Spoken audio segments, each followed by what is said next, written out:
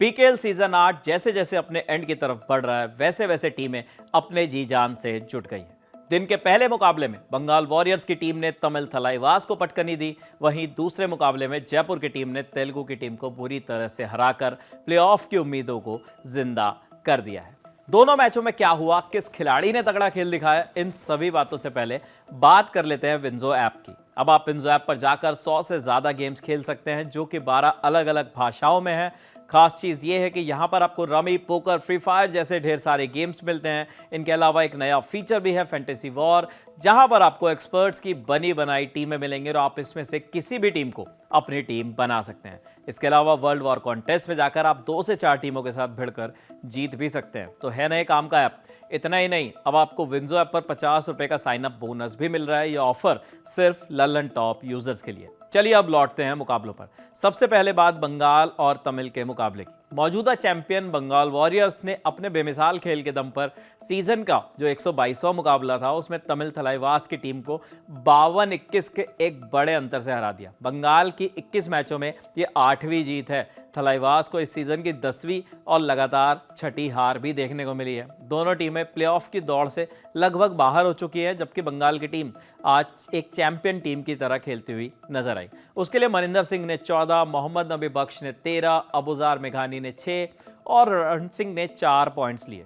थलाइवास के लिए हिमांशु ने 7 और हिमांशु सिंह ने 6 पॉइंट जरूर बटोरे, लेकिन वो काम पूरा नहीं कर सके। अपना 100वां पीकेएल मैच खेल रहे मनिंदर ने रेड की शुरुआत की और लगातार 4 रेड्स पर 6 पॉइंट्स भी लाकर दिए। इसके बाद मोहम्मद नबी बख्श ने सुपर रेड के साथ थलाइवास को ऑल आउट कर अपनी टीम को जो है 13-6 की लीड दिला दी। 10वें मिनट में मनिंदर ने बोनस भी ले लिया, लेकिन सागर ने उन्हें पहली बार आउट करके दिखा दिया। वापसी के बाद उन्होंने पॉइंट लेकर अपनी टीम को 10 पॉइंट्स की लीड दिलाने की कोशिश की। फिर बंगाल ने थलाइवास को दूसरी बार ऑल आउट करके स्कोर को 24-10 कर दिया। शुरुआत में ये अंतर इतना बड़ा हो गया था कि लगने लगा था कि अब मैच में मुश्किलें होनी तय हैं।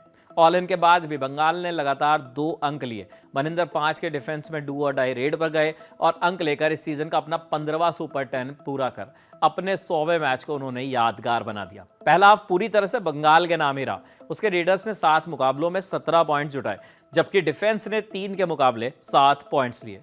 4 पॉइंट्स उसे ऑल आउट के भी मिले। ब्रेक के समय थलाइवास के लिए सुपर टैकल ऑन था। थलाइवास एक बार इसका फायदा नहीं उठा सके और तीसरी बार फिर ऑल आउट हो गए। बंगाल ने 35-12 की लीड ले ली। फिर नबी ने शानदार परशूट के साथ सुपर 10 भी पूरा किया। इसके बाद हिमांशु ने 3 रेड में 5 पॉइंट्स लेकर फासला कम करने की भी कोशिश की, लेकिन 10 मिनट बचे थे और बंगाल को 22 अंक की लीड मिली हुई थी। फिर अपनी तीसरी डू और डाई रेड पर भी मनिंदर पॉइंट्स लेकर आए।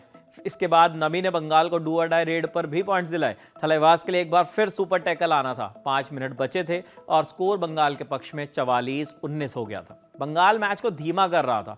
अबुजार मेघानी ने डू और डाई रेड पर असीरी अलवथागे को टैकल कर अपना हाई फाइव पूरा किया और नबी ने थलाइवास को चौथी बार ऑल आउट कर स्कोर 49-19 कर दिया। यानी इतनी बड़ी लीड, जहां से बंगाल के खिलाफ सामने वाली टीम का वापसी करना बेहद मुश्किल हो गया। ऑल इन के बाद भी बंगाल ने 3 अंक लिए और स्कोर को 52-21 के स्कोर के साथ अपने नाम कर लिया।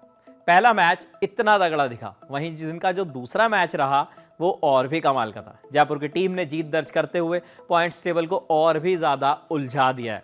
जयपुर पिंक पैंथर्स ने अपने सुपरस्टार रेडर अर्जुन देसवाल के लगातार चौथे सुपर 10 के अलावा अपने डिफेंस का जो बेहतरीन प्रदर्शन है उसके दम पर तेलुगु टाइटन को 54-35 से हरा दिया और साथ ही साथ प्लेऑफ खेलने की अपनी उम्मीदों को और भी ज्यादा मजबूती दे दी है। जयपुर के 21 मैचों में ये 10वीं जीत है। इसके अब 62 अंक भी हो गए हैं और वो 5वें स्थान पर पहुंच गए। उनका आखिरी मुकाबला 19 फरवरी को पुनेरी पल्टन के साथ होना है, जिसके 20 मैचों में 60 पॉइंट्स हैं। इस लिहाज से जयपुर का अगला मैच डू और डाई जैसा होने वाला है। इस सीजन में जयपुर को हराकर अपनी एकमात्र जीत दर्ज करने वाली टाइटंस की बात करें तो इस टीम को 21 मैचों में ये 16वीं हार मिली है। जयपुर की जीत के हीरो देसवाल ने टोटल 14 पॉइंट्स लिए, जबकि डिफेंस में संदीप धुल ने हाई फाइव लेकर उनका अच्छा साथ दिया। टाइटंस के लिए अंकित बेनीवाल ने 6 पॉइंट्स लिए, जबकि गल्ला राजू को भी 9 पॉइंट्स मिले हैं। दोनों टीमों ने यहां से संभली हुई शुरुआत की। 6 मिनट के खेल के बाद स्कोर जो है 4-4 की बराबरी पर था। जयपुर ने हालांकि लगातार 2 अंक के साथ 2 की लीड भी हासिल कर ली और फिर लगातार 6 पॉइंट्स के साथ उसे 6 का कर दिया। जयपुर के डिफेंस ने भी पॉइंट्स लेने शुरू कर दिए। टाइटंस के लिए सुपर टैकल आना था, लेकिन वो इसका फायदा नहीं उठा सकी और 14वें मिनट में ही ऑल आउट हो गई। जयपुर को 16-7 की लीड मिल गई थी।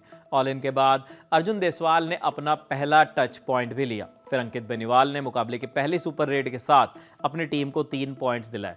टाइटंस वापसी की राह पर थे। इसी के साथ बेनीवाल ने इस सीजन में अपने 100 रेड पॉइंट्स भी पूरे कर लिए। देसवाल ने सुपर रेड के साथ उनकी खुशी लेकिन बहुत देर तक नहीं मनने दी।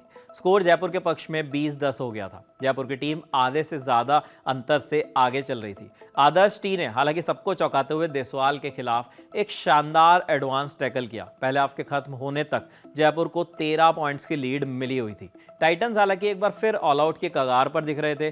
ब्रेक के बाद जयपुर ने टाइटंस को ऑल आउट देकर स्कोर को 27-11 कर दिया, यानी लीड और भी बढ़ी। इसके बाद देसवाल ने बोनस के साथ अपना इस सीजन का लगातार चौथा सुपर 10 भी पूरा कर लिया। अगले 2 रेड पर देसवाल ने 3 पॉइंट्स और लिए।